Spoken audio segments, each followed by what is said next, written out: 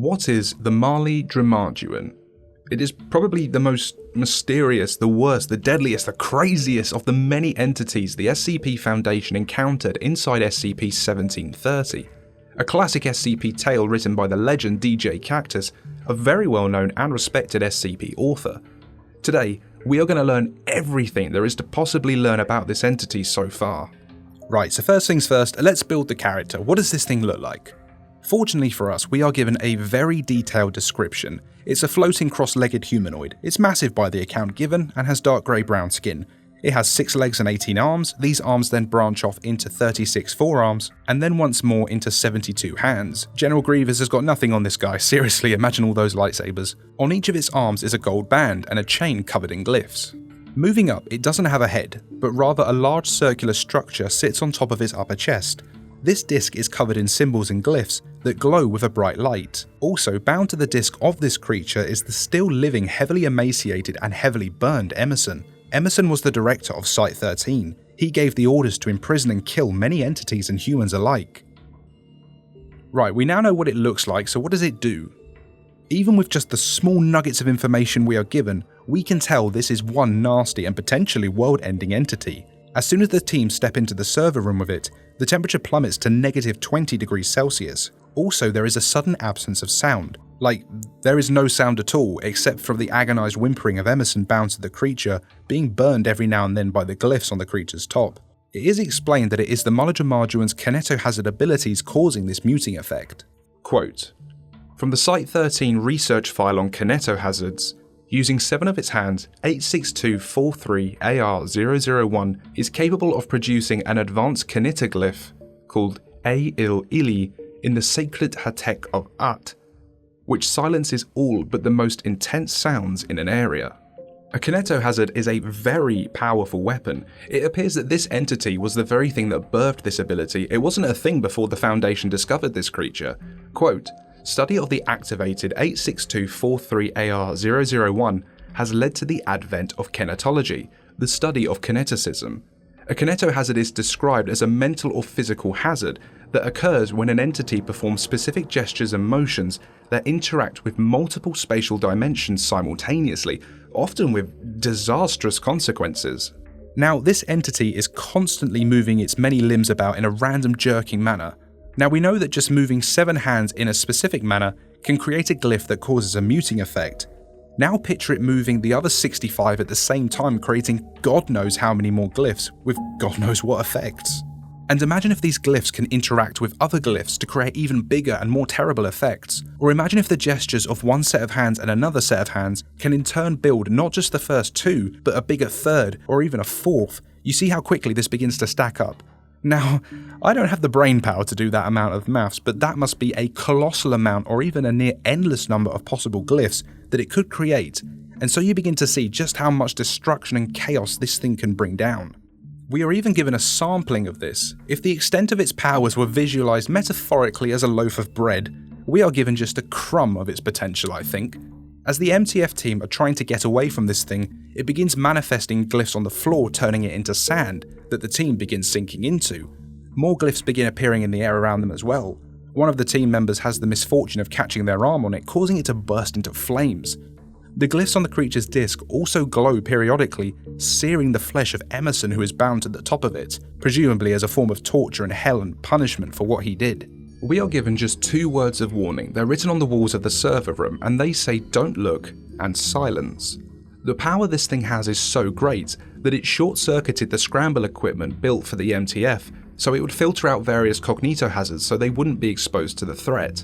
The amount of calculations required to filter out this threat actually caused the equipment to overheat, and it burned right out of MTF Samsara's eyes. And because the creature used its ability to mute all the sounds in the area, the MTF didn't receive an audible warning tone to alert them to this thing's presence.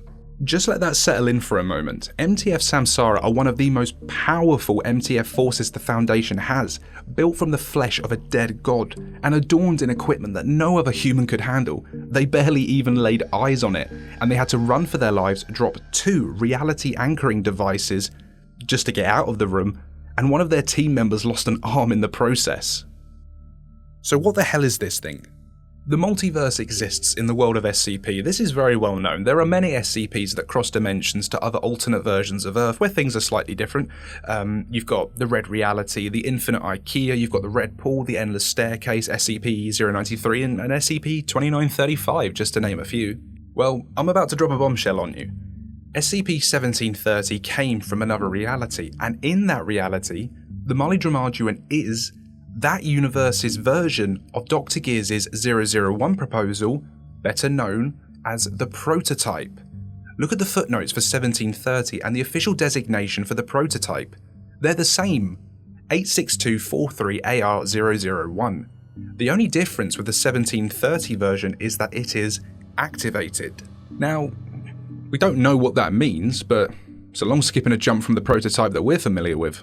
DJKaktus himself said, quote, "The Malidramagiuan is both a character of my own design and a nod to Gears's proposal, and how things are different in the 1730 universe compared to ours."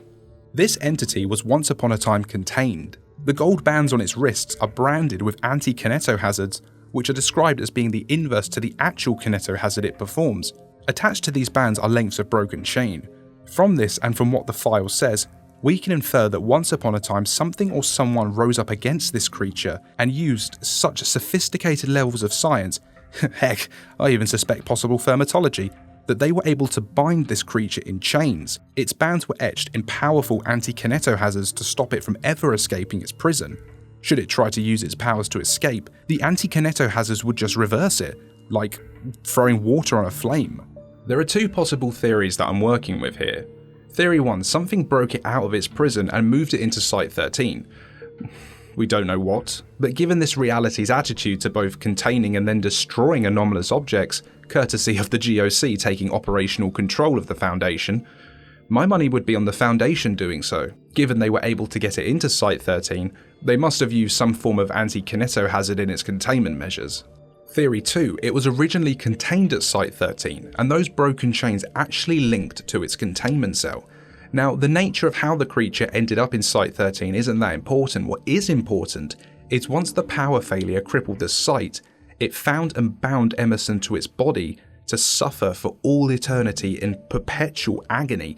And it branches off here into another two possibilities, because why would it target Emerson?